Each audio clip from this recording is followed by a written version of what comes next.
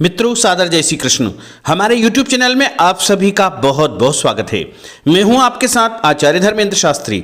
आज हम आपको बताने जा रहे हैं कि जो अनेक भविष्यवाणियां कई YouTube के माध्यम से या सोशल मीडिया के माध्यम से करते आए हैं, उन भविष्यवाणियों की क्या सच्चाई है। कुछ कहते हैं कि इस दिन पृथ्वी का अंत हो जाएगा और कुछ लोग कहते हैं कि इस साल में पृथ्वी का अंत होगा। लेकिन क्या ये सारी बातें सच है या झूठ है? हम आपको इसकी पूर्ण सच्चाई आज इस वीडियो में बताने जा रहे हैं। तो आप सभी से अनुरोध है कि इस वीडियो को अंत तक जरूर देखिएगा और अधिक से अधिक लोगों को शेयर भी करिएगा ताकि सभी लोगों तक यह सच्चाई पहुंच सके।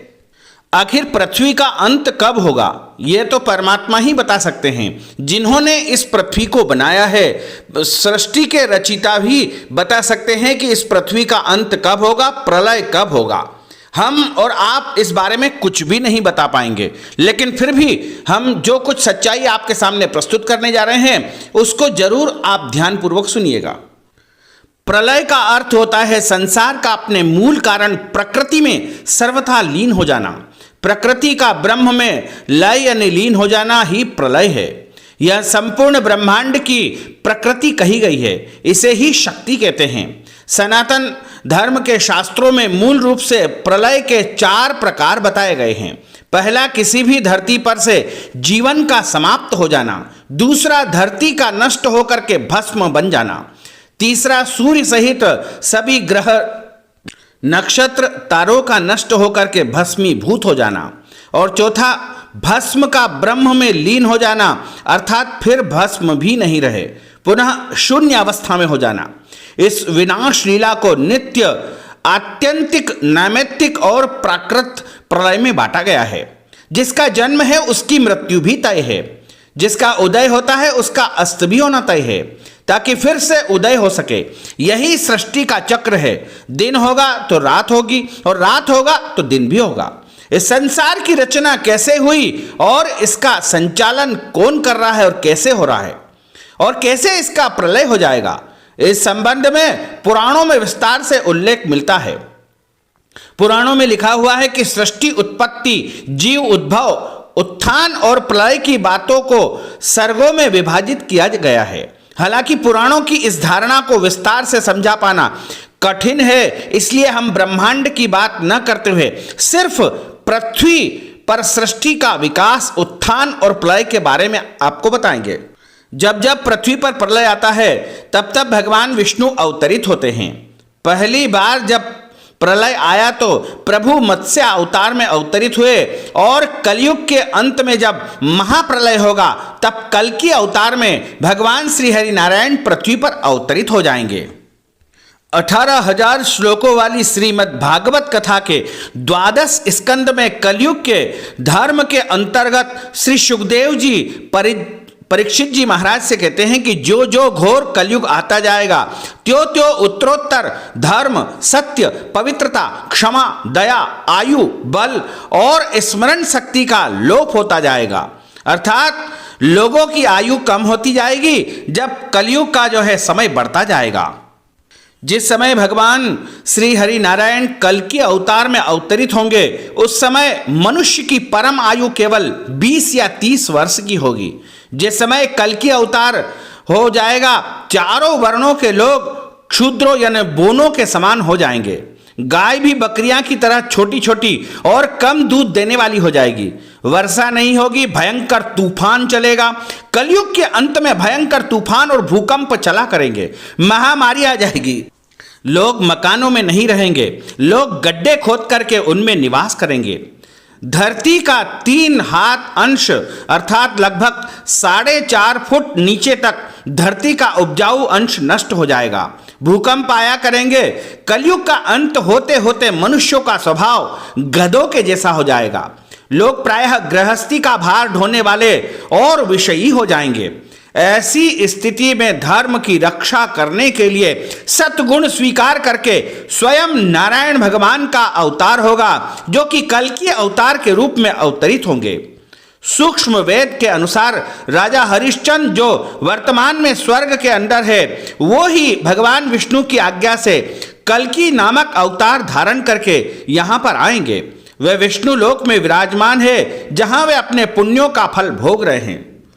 महाभारत में वर्णन किया गया है कि कलयुग के अंत में प्रलय होगा, लेकिन यह किसी जल प्रलय से नहीं बल्कि धरती पर लगातार बढ़ रही गर्मी से होगा।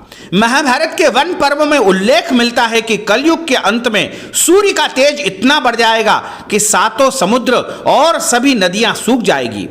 संवर्तक नाम की अग्नि धरती को पाताल तक भस्म कर देगी। वर्षा का पूरी जल जो है समाप्त हो जाएगा, सब कुछ जल जाएगा। इसके बाद फिर 12 वर्षों तक लगातार बारिश होगी, जिससे सारी धरती जलमग्न हो जाएगी। जल से फिर जीव की उत्पत्ति की शुरुआत होगी। श्रीमद् भागवत के अनुसार बताया गया है कि 2 कल्पों के बाद सृष्टि का अंत होता है। हर कल्प में एक अर्ध प्रलय होती है। 2 कल्पों का अर्थ है कि 2000 चतुर्युग। इसी प्रकार दूसरा कल्प पूरा होने पर प्रलय आता है, यानी सृष्टि का विनाश हो जाता है। इसके बाद पुनः सृष्टि की उत्पत्ति होती है। यही क्रम अनवरत जारी रहता है।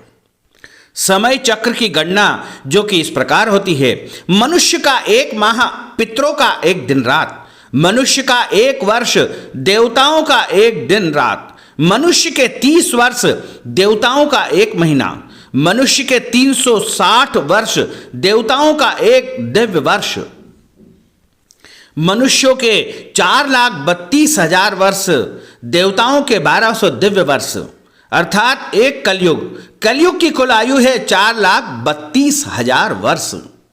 और इस समय कलयुग के जो वर्ष व्यतीत हुए हैं वो हुए हैं 5,121 वर्ष कलयुग के व्यतीत हुए हैं। 4,26,879 वर्ष कलयुग के शेष बचे हुए हैं। और सतयुग का समय है 17,28,000 वर्ष। त्रेता युग का समय है 12,96,000 वर्ष। द्वापर युग का समय है 8,64,000 वर्ष। इस प्रकार अभी इस समय कलयुग चल रहा है और कलयुग की कुल आयु है 4,32,000 वर्ष। इसमें से 5,121 वर्ष व्यतीत हुए हैं और 4,26,879 वर्ष अभी कलयुग के शेष बचे हुए हैं। तो इस प्रकार जब कलयुग पूरा समाप्त हो जाएगा तब जो है पृथ्वी का अंत होगा, यानी प्रलय होगा। तो गर्भकाल, पृथ्वी का जो गर्भकाल बताया गया है वो इस प्रकार है: करोड़ वर्ष पूर्व संपूर्ण धरती जल में डूबी हुई थी। जल में ही तरह तरह की वनस्पतियों का जन्म हुआ और फिर वनस्पतियों की तरह एक कोशी बिंदु के रूप में जीवों की उत्पत्ति हुई, जो न नर थे और न मादा थे। उसके बाद शेषव काल हुआ। फिर संपूर्ण धरती जब जल में डूबी हुई थी तब जल के भीतर अम्दिज, अंडज, जरायुज, सरीसृप, रेंगने वाले, केवल मुख और वायु युक्त जीवों की उत्पत्ति हुई। और जब पृथ्वी का कुमार काल आया, इसके बाद पत्र, ऋण, कीटभक्षी, हस्तपाद, नेत्र, श्रवणेन्द्रिया युक्त जीवों की उत्पत्ति हुई। इसमें मानव रूप वानर, वामन, मानव आदि उत्पन्न हुए। जब पृथ्वी का किशोर काल आया, इसके बाद भ्रमणशील, आखेटक, वन्य संपदा बक्षी, गुहावासी, जिज्ञासु, अल्प बुद्धि प्राणियों का विकास हुआ। पृथ्वी का जब युवा काल आया, फिर कृषि, गोपालन, प्रशासन, समाज, संगठन की प्रक्रिया हजारों वर्षों तक चलती रही। जब पृथ्वी का प्रौढ़ काल आया तो वर्तमान में प्रौढ़ अवस्था का काल चल रहा है, जो लगभग विक्रम संवत 2042 के पूर्व शुरू हुआ था। इस काल में अति विलासी, क्रूर, चरित्रहीन, लोलुप, यंत्राधीन प्राणी धरती का नाश करने में लगे हुए हैं। और पृथ्वी का वृद्ध काल माना जाता है कि इसके बाद आगे का जो समय आएगा वह साधन भ्रष्ट लोग होंगे, त्रस्त होंगे, निराश होंगे, निर्जोपी होंगे, दुखी होंगे, जीव रहेंगे, इनकी आयु बहुत कम होगी। इसके बाद जब पृथ्वी का जीर्ण काल आएगा, यह होगा आगे अन्न, जल, वायु, ताप सबका अभाव क्षीण हो जाएगा और धरती पर जीवों की विनाश लीला आरंभ हो जाएगी। और उसके बाद सबसे अंतिम में आएगा उपराम काल। इसके बाद करोड़ों वर्षों आगे तक ऋतु, अनियमित सूर्य, चंद्र, मेघ सभी विलुप्त हो जाएंगे। भूमि ज्वालामयी हो जाएगी, अकाल मृत्यु होने लगेगी, प्रकृति प्रकोप के बाद ब्रह्मांड में अत्यधिक जो है गर्मी हो जाएगी और इसके बाद पूरी पृथ्वी जलमग्न हो जाएगी।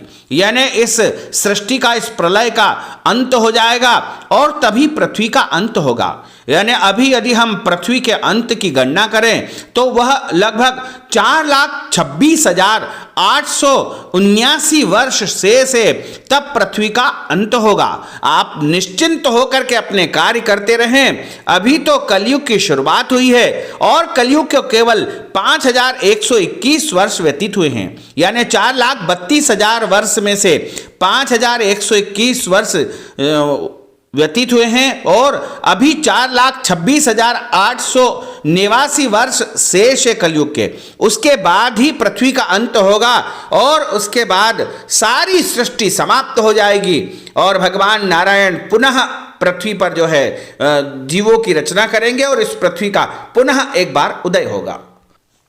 तो मित्रों, हमने जो ज्ञानवर्धक जानकारी दी है उसको आप अधिक से अधिक लोगों को शेयर करिएगा, लाइक करिएगा, कमेंट करिएगा और यदि अभी तक आपने सब्सक्राइब नहीं किया है तो अभी और इसी समय सब्सक्राइब अवश्य कर लीजिए। आपको और आपके पूरे परिवार को सादर जय श्री कृष्ण, सादर धन्यवाद।